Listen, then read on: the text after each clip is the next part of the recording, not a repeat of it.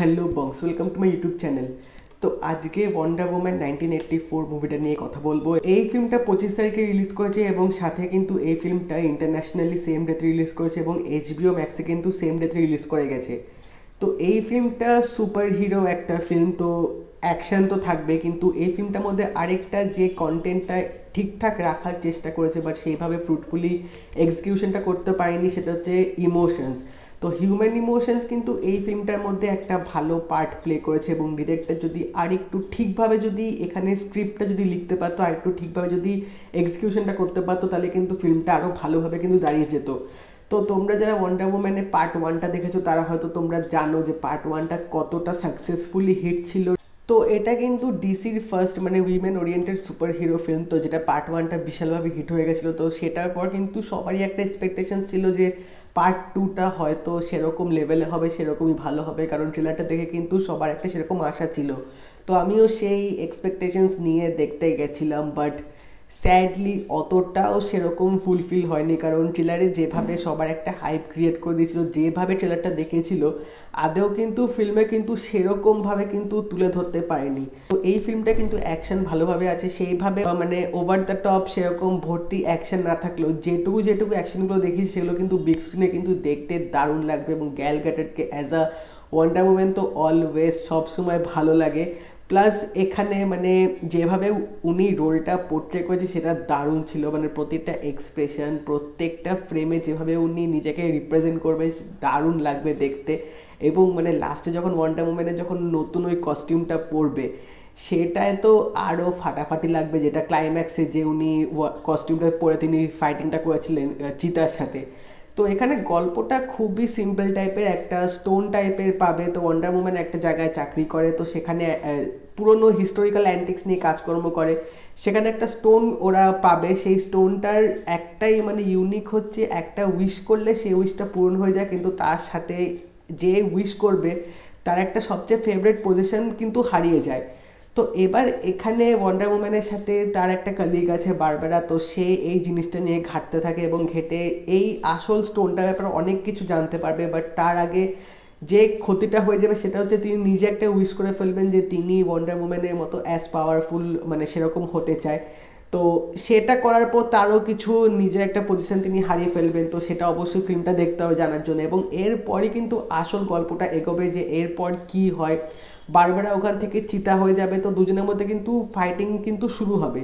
এবার এখানে আরেকটা সেকেন্ড ভিলেন আছে, সেটা হচ্ছে ম্যাক্স লর্ড বা লর্ড ম্যাক্সওয়েল। এই নামটা একটু কনফিউজ হয়ে যাচ্ছে। তো এই নামে একজন মানে ইন্ডাস্ট্রিয়ালিস্ট থাকবে যে অয়েলের ব্যবসা করে, বাট তার ব্যবসা একদমই চলছে না, কিচ্ছু নেই, এবং সে সেই স্টোনটা হাতিয়ে নেবে এবং সে তারপরই আসল খেলা শুরু করবে। তো এই ফিল্মে কিন্তু দুটো ভিলেন আছে এবং লাস্ট অবধি কী করে ওয়ান্ডার ওম্যান এই দুজনকে সাহায্য করে এবং ফিল্মে আলটিমেটলি কী হয় সেটা দেখতে গেলে কিন্তু অবশ্যই ফিল্মটা দেখতে হবে। বাট এখানে একটা জিনিস যেটা আমার একটু বেশি নেগেটিভ লেগেছে সেটা হচ্ছে ফিল্মটার রান টাইম।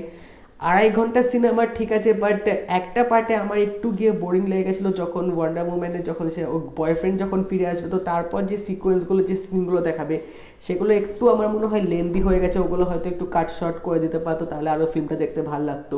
বাট যেখানে ডিরেক্টর একটু ফেল করেছে ম্যাক্সিমাম, যেটার জন্য ফিল্মটা অতটাও ভালো হয়নি, সেটা হচ্ছে অ্যাজ ইউজুয়াল ইমোশনস, কারণ এখানে কিন্তু হিউম্যান ইমোশনসে কিন্তু একটা বড় পার্ট কিন্তু প্লে করেছে মুভিটার মধ্যে।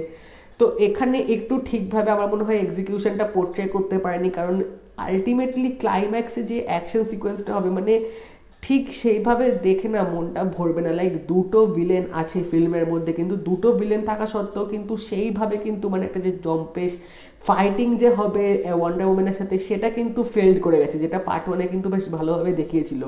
তো এখানে এই ফেস অফটা একটু আমার উইক লেগেছে, এবং এই যে ভিলেনগুলো যে হয়েছে এদের কিন্তু মানে ডেভেলপমেন্টটা বা ক্যারেক্টার যে পোর্ট্রেটা ব্যাকড্রপটা সেটা কিন্তু ঠিকভাবে কিন্তু তুলে ধরতে পারেনি। মানে একটা যে ভিলেন হচ্ছে একটু পাওয়ারফুল হবে বা তাকে যে একটু বেশি স্ক্রিন প্রেজেন্স দেওয়া হবে, তার মোটিভটা কি সেগুলো আরও ভালোভাবে দেখানো হবে, সেটা কিন্তু ফিল্মটার মধ্যে সেইভাবে হয়নি।